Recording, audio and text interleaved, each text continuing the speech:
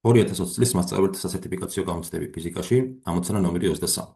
ნახატზე გამოსახული სისტემა წონასწორობაშია, n-მასის ღერო ერთგვაროვანია, ხახუნი და ჭოჭონაქებისა და თოკის მასები უგულებელყავით, განსაზღვრეთ ჭოჭონაქზე ჩამოკიდებული ტვირთის მასა. მოცემული გვაქვს m ღეროს მასა, ტოლი არის m დიდის, ხახუნის ძალა, უგულებელყავით შესაბამისად ხახუნის ძალა უდრის 0-ს, აგრეთვე მასები m მასა ჭოჭონაქის და თოკის მასაც 0-ის ტოლი არის პირობით და გვეკითხებიან ის ტოლი იქნება ტვირთის მასა, რომელიც მოდით mx-ით აღვნიშნოთ.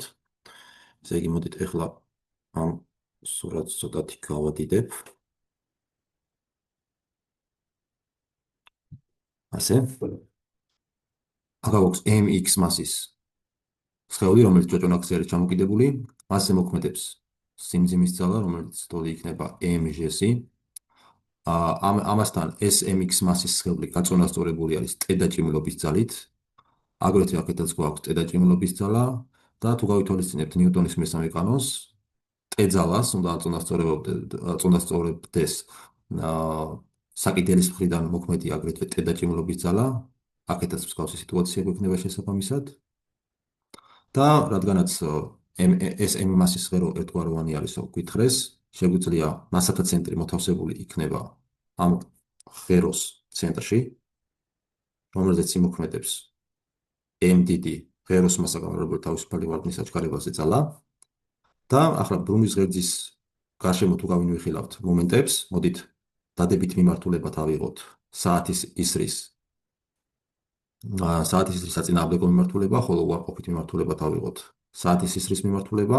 პირიქითაც შეგვეძლო, მაგრამ შედეგს რადგანაც არა ცვლის არჩევანის საშუალება გვაქვს, ჩვენ როგორც გვინდა ისე ავირჩიოთ ეს ნიშნები და ჩავწეროთ წონასწორობის პირობა კერძოდ მომენტების წესის გამოყენებით.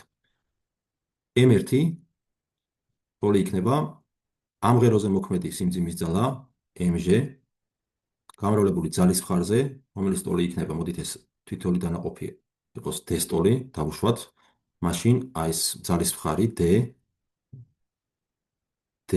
ტოლი იქნება 2d-ი, რადგანაც დავუკვირდები, აქაც d გვაქვს, აქაც d და ჯამში 2d გამოგვივა სიგრძე, ამ ძალის მხარი ამ შემთხვევაში იქნება 2d-ს ტოლი და რადგანაც მიმართულება mg მოქმედებს, mg ძალა ცდილობს, რომ ეს ღერო მოატრიალოს საათის ისრის მიმართულებით და საათის ისრის მიმართულება უარყოფითი ნიშნით აქვს აღებული, ამიტომ აქ დაგვჭირდება მინუს ნიშანის აღება, ხოლო ამ ძალას ცდილობს, რომ გააწონასწოროს ტ ძალამ, შესაბამისად m2 ძალის მომენტი ტოლი იქნება ტ ძალა გამრავლებული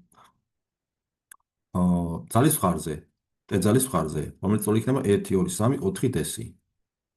და პლუს ნიშანი ავიღეთ იმის გამო, რომ ამ შემთხვევაში საათის ისრის საწინააღმდეგო მიმართულებით განვიხილავთ ბრუნვის მომენტს. და წონასწორობის მომენტების წესის გამოყენებით წონასწორობის პირობის ჩაწერა მოგცემს, რომ m1 + m2 ტოლი არის 0-ის შესაბამისად მინუს mg-ს შეგამრავლებული 2d-ზე დამატებული t გამრავლებული 4d-ზე ტოლი უნდა იყოს 0-ის. d-ები შეგვიძლია შევკვეცოთ, საიდანაც გამოგვივა, რომ 2mg ტოლი არის 4t-ი და აქედან mg ტოლი ყოფილა 2t-ი. ანუ რა გამოდის, რომ mg თუ ტოლი არის 2t-ი, ამასთან თუ გავითვალისწინებთ, რომ ამ mx მასის სხეულს აწონასწორებს 2t დაჭიმულობის ძალა, შესაბამისად 2t უდრის mx-ს და ამის აქ შეტანით, საბოლოოდ გამოგვივა, რომ m დიდი g უდრის mx-ს და g-ების შეკვეცით საბოლოოდ დაგვრჩება, რომ ჭოჭონაქზე ჩამოკიდებული ტვირთის მასა ყოფილა ღეროს მასის ტოლი. ანუ პასუხი გამოგვდის ჩვენ G.